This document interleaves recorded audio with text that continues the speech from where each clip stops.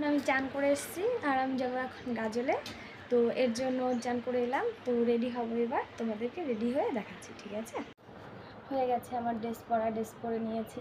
আমি এখন একটু মুখে ক্রিম দিচ্ছি, ক্রিম দিয়ে তারপর ফটাফট করছি, কারণ আমার জন্য একজন দাঁড়িয়ে আছে, এই জন্য একটু তাড়াতাড়ি করছি। আমি এবার একটা টিপ দিয়ে নেব, কপালে টিপ দিচ্ছি, কানেকটা করে নিই।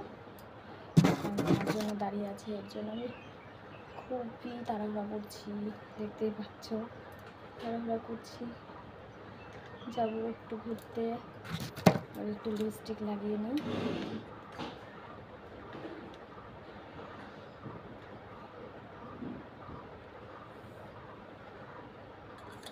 হালকা একটু লিপস্টিক দিয়ে দিলাম, আর একটু চুলটা বাঁধা, চুলটা বাঁধার পালা। চুলটা বাঁধা হয়ে গেলে আমি চলে যাব। কোথায় যে রেখেছি একটু খুঁজেও পাই না, জানি না কাজের সময় কি খুঁজে পাচ্ছি না কোথায় যে রেখেছি। খুঁজি একটা কি খুঁজে পাই না। তো ফাইনালি আমি রেডি হয়ে গেছি পুরোপুরি যাওয়ার জন্য। তো দেখতে থাকো, সামনে গিয়ে তোমাদেরকে আবার দেখাবো কোথায় যাচ্ছি, কী করছি। যদি তোলা সম্ভব হয় তাহলে দেখাবো।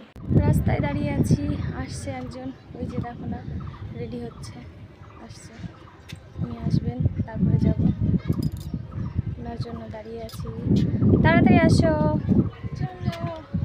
তাকাও, হাই করে দাও, হাই করে দাও, টাটা দাও, হাই। টোটোতে উঠে গেছি, দেখো আমরা এখন যাচ্ছি কলকাতা। ওই যে মন্টু